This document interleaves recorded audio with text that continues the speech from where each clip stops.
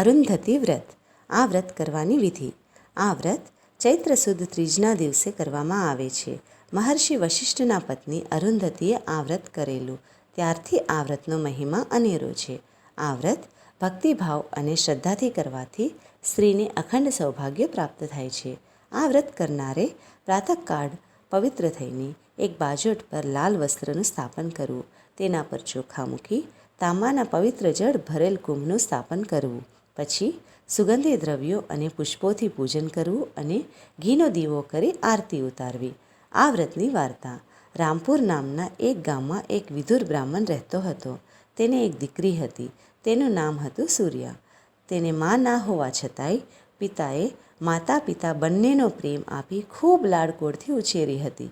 કન્યા ઉંમર લાયક થતાં યોગ્ય યુવક સાથે તેના લગ્ન થયા. વિધિની વક્રતા એવી કે સૂર્યા સાસરે જતાં જ વિધવા બની. આ સાંભળતા જ બ્રાહ્મણ અત્યંત વ્યથિત બની ગયો. તેને પોતાની દીકરીને પોતાના ઘરે આવવા જણાવ્યું, પરંતુ બ્રાહ્મણ કન્યા તો પતિની પાછળ પોતાનો પ્રાણ ત્યાગવા માટે તૈયાર થઈ. સતી થવા તે યમુના નદી કિનારે પહોંચી અને મનોમન ભગવાનને યાદ કરી કહેવા લાગી કે હે દેવાધિદેવ, મારા એવા તે કયા પાપ છે કે જેના કારણે મારે લગ્ન થતાં જ વૈધવ્યનું દુઃખ જોવું પડ્યું. બ્રાહ્મણ કન્યાનો આર્તનાદ ભગવાન શિવ પાર્વતીએ સાંભળ્યો. આથી પાર્વતીજી મહાદેવને પૂછવા લાગ્યા, આ સ્ત્રીનો અપરાધ શું છે કે જેનાથી તેને વૈધવ્ય આવ્યું? આ સાંભળી ભગવાન શિવ બોલ્યા, હે સતી, આગળના જન્મે એ એક બ્રાહ્મણ પુત્ર હતા.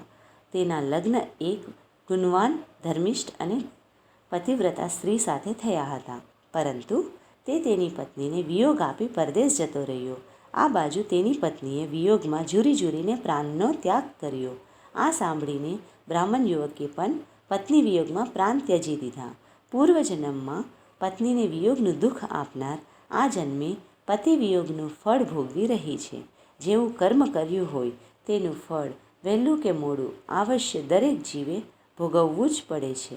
બ્રાહ્મણ પત્ની સૂર્યાનું કલ્પાંત જોઈને માયાળુ કૃપાળુ માતા પાર્વતીને દયા આવી.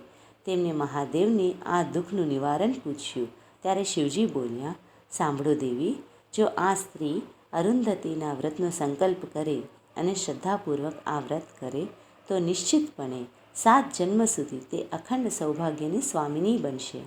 શિવજી પાસેથી આ વ્રતની વિધિ અને ઉજવણું જાણીને પાર્વતીજી સ્વરૂપ બદલીને સૂર્યા પાસે આવ્યા અને બ્રાહ્મણ કન્યાને આ વ્રતનું મહાત્મ્ય કહ્યું અને આ વ્રત કરવાનું કહ્યું.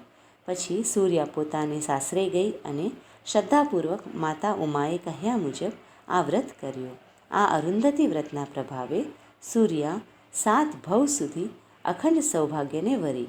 હે દેવી અરુંધતી, જેમ સૂર્યા અખંડ સૌભાગ્યને વરી, તેમ સૌ સૌભાગ્યવતીને 7 જન્મ સુધી અખંડ સૌભાગ્યવતી રાખજો.